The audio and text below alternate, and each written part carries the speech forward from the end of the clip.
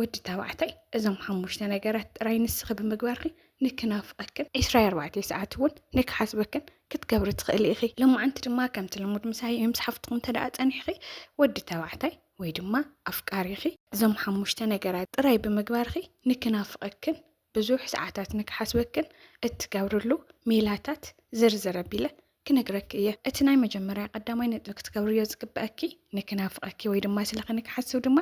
ኣብቲ ትራኸብሉ ሰዓት ኣፍታ ትጋነዩላና መጀመርያ ሰዓት ደቂቓታትን ክትፈላለዩን ከለኹም ንስኺ እተርእዮም እትገብርዮም ነገራትን እዮም ምክንያቱ መብዛሕትኡ ግዜ ምስ ደቂ ሰባት ክንራኸብን ከለና እታ ኣብዝሓ ክነስታውሳ ንኽእል ኣብታ መጀመርያ ክንረኽቦም ዘለና ዝገበሩልና ነገርን ክንፈላለን ከለና ዝሃቡና ፍቕሪ ዝገበሩልና ትሪትመንትን እዩ ልዑ እዩ ድማ ኣብ መጨረሻ መጀመርያ ክትራኸቡን ከለኹም ክትገብርዮ ዘለኪ ነገር ክነግረክ ዝደለኹ